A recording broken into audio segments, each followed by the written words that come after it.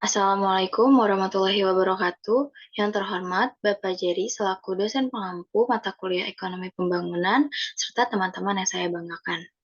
Pada kesempatan kali ini, saya Alifia Nurul Syahrani dengan NIM 21101150050 dari Program Studi Ekonomi Pembangunan UPN Veteran Jakarta, kelas C, akan mempresentasikan mengenai salah satu poin dari Sustainable Development Goals, yakni Gender Equality.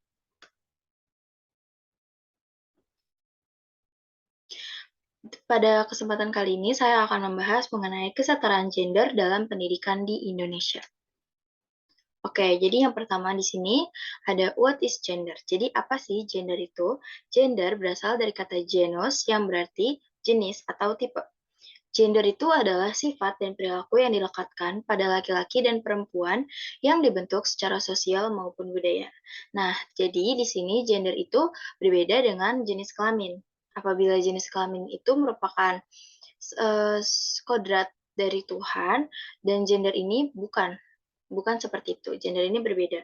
Gender ini dibentuk oleh lingkungan maupun budaya. Jadi gender ini adalah merupakan sifat yang dilekatkan pada perempuan dan laki-laki dan itu dibentuk menurut lingkungan dan kebiasaannya masing-masing. Selanjutnya ada pengertian kesetaraan gender. Jadi kesetaraan gender ini merujuk pada kesetaraan penuh laki-laki dan perempuan untuk menikmati rangkaian lengkap hak-hak politik, ekonomi, sipil, sosial, dan budaya. Konsep ini juga merujuk pada situasi di mana tidak ada individu yang ditolak aksesnya atas hak-hak tersebut karena alasan jenis kelamin. Nah, jadi dalam kesetaraan gender ini tidak ada uh, dominasi antara laki-laki dan perempuan. Jadi, laki-laki dan perempuan ini memiliki hak dan um, cara perlakuan yang sama seharusnya. Dan di sini ada 4 petunjuk adanya kesetaraan gender. Di sini yang pertama ada akses, partisipasi, kontrol, dan manfaat. Akses ini merupakan yang dimaksud akses adalah kesempatan dalam memperoleh hak-hak dasar dan terhadap setiap sumber daya yang ada.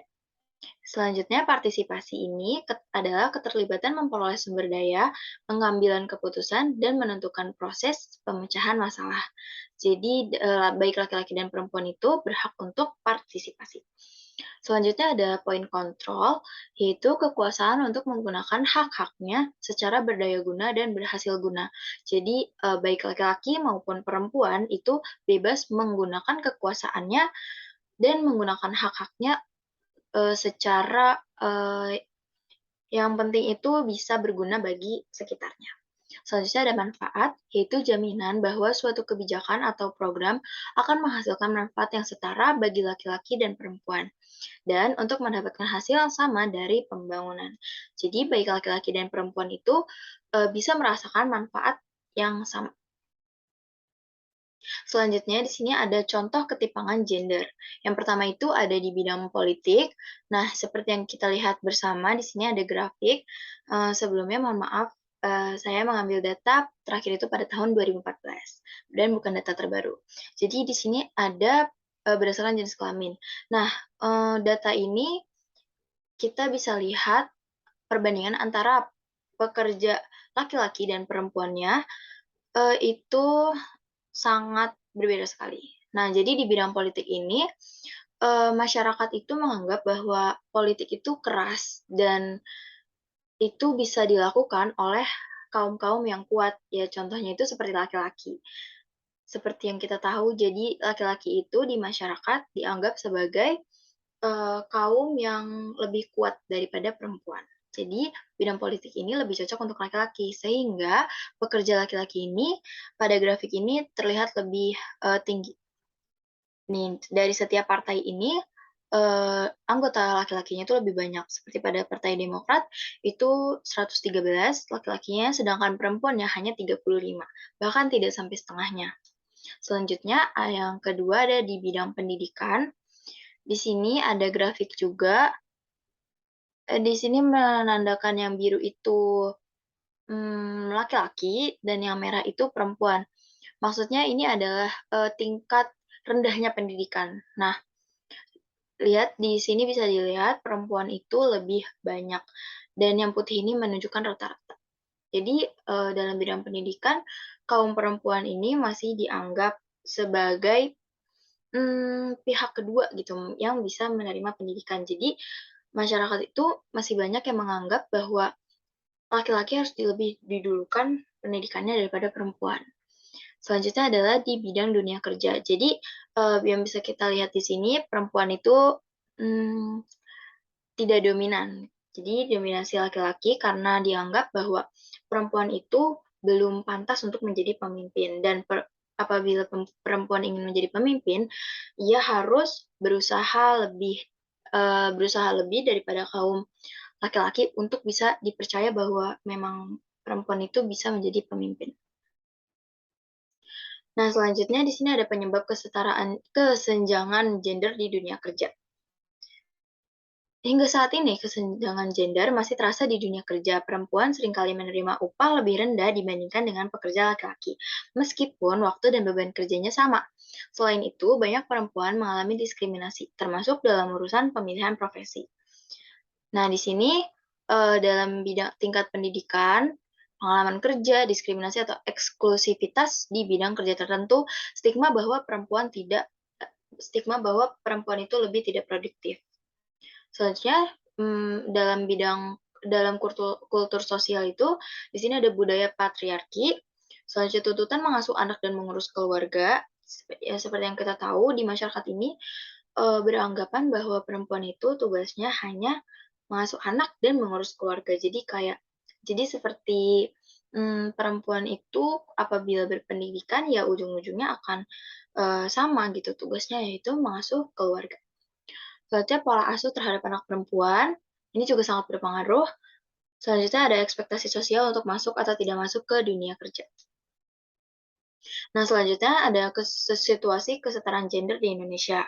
Jadi di Indonesia ini, menurut data yang saya baca, kesetaraan gender itu masih belum semuanya masyarakat itu menyadari bahwa kesetaraan gender itu sangat penting. Contohnya, di Indonesia masih banyak masyarakat yang beranggapan bahwa wanita itu tugasnya untuk mengurus rumah tangga. Selanjutnya, dalam bidang pendidikan di sekolah itu masih ada buku-buku pelajaran yang belum menunjukkan adanya kesetaraan gender. Contohnya, anggap saja ada gambar pilot yang contohnya mungkin buku yang sedang menerangkan tentang pekerjaan-pekerjaan, dan di sini ada contohnya itu gambar pilot, dan itu selalu saja digambarkan, oleh laki-laki, bukan, tidak ada digambarkan di buku itu pilot seorang perempuan. Padahal seharusnya apabila kita menerapkan kesetaraan gender, baik laki-laki dan perempuan itu berhak untuk, menjadi pilot apabila memang, mmm, orangnya itu berkualitas. Selanjutnya, sementara gambar guru selalu saja perempuan. Nah, di sini juga seperti yang tadi, bahwa, wanita itu dianggap tugasnya untuk mengasuh anak. Jadi, guru itu kan untuk mendidik, ya jadi lebih pantas wanita. Padahal laki-laki juga bisa menjadi guru dan di Indonesia ini juga sudah mulai banyak guru laki-laki. Selanjutnya dalam upacara bendera, pembawa bendera selalu perempuan yang dikawal. Nah, hal-hal ini tuh mengajarkan kepada siswa tentang apa yang layak dan tidak layak dilakukan oleh laki-laki dan apa yang layak dan tidak layak dilakukan oleh perempuan.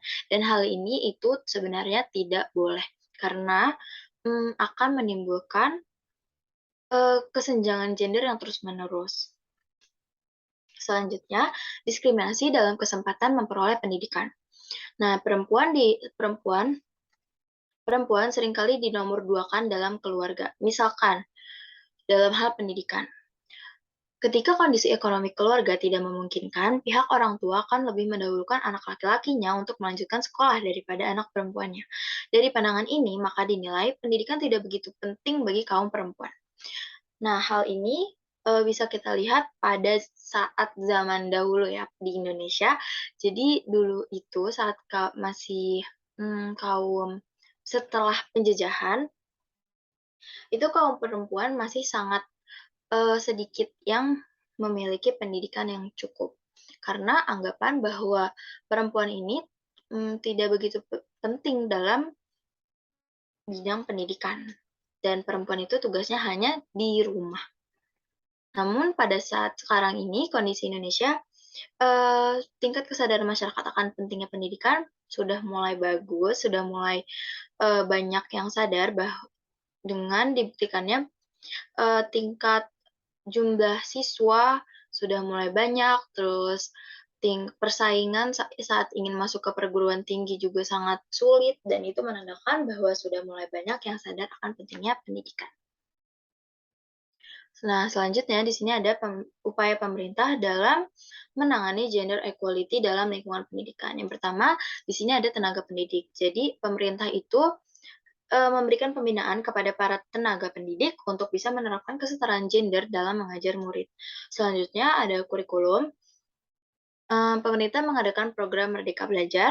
Saatnya ada di bidang lingkungan, pemerintah sangat mengupayakan lingkungan pendidikan dijauhkan dari segala aspek yang mengandung diskriminasi terhadap gender.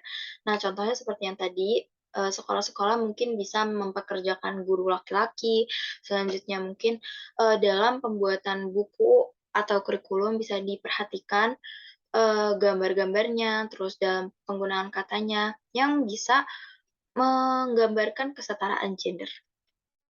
Selanjutnya di sini ada kesepakatan Millennium Development Goals atau MDGs, dalam upaya penerapan kesetaraan gender. Yang pertama, poin pertama, menjamin bahwa menjelang tahun 2015 semua anak, khususnya perempuan, anak-anak dalam keadaan sulit dan mereka termasuk etnik minoritas mempunyai akses dalam menyelesaikan pendidikan dasar yang bebas dan wajib dengan kualitas baik.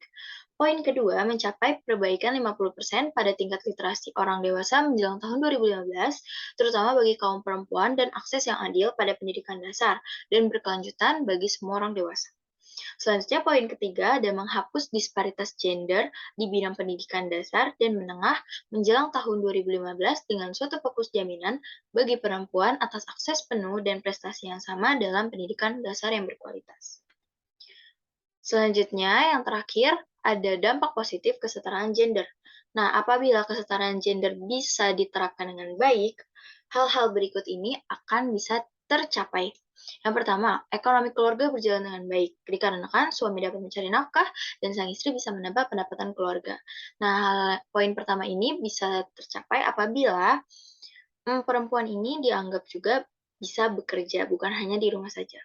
Yang kedua, dalam hal lain, perempuan dapat menyalurkan ilmu yang dimilikinya dalam berbagai bidang. Yang ketiga, dampak lainnya yaitu membuat percaya diri dan merawat penampilan. Dalam bekerja, perempuan dituntut untuk percaya diri, sehingga membuat potensi yang ada dalam diri keluar sendiri. Serta dalam bekerja, perempuan harus menjaga penampilan karena dilihat orang banyak. Oke, jadi di sini sebelum saya tutup, di sini ada quotes dari seorang presiden Harvard University, yaitu Drew Gilpin Faust.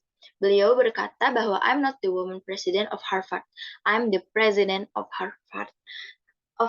Nah, hal ini tuh menandakan bahwa Drew Gilpin ini tidak ingin dianggap bahwa wanita itu, nih ada loh wanita yang jadi presiden. Nah, beliau ini tidak ingin dianggap seperti itu, bahwa beliau ini ingin bahwa ya presiden itu sama gitu loh, baik perempuan maupun laki-laki, dan tidak ada yang spesial, nothing special kalau misalkan perempuan itu jadi presiden. Hal itu berarti adanya kesetaraan gender dan, perempuan itu juga berkualitas sama dengan laki-laki. Sekian pemaparan mengenai gender equality dari saya. Wassalamualaikum warahmatullahi wabarakatuh. Terima kasih atas perhatiannya.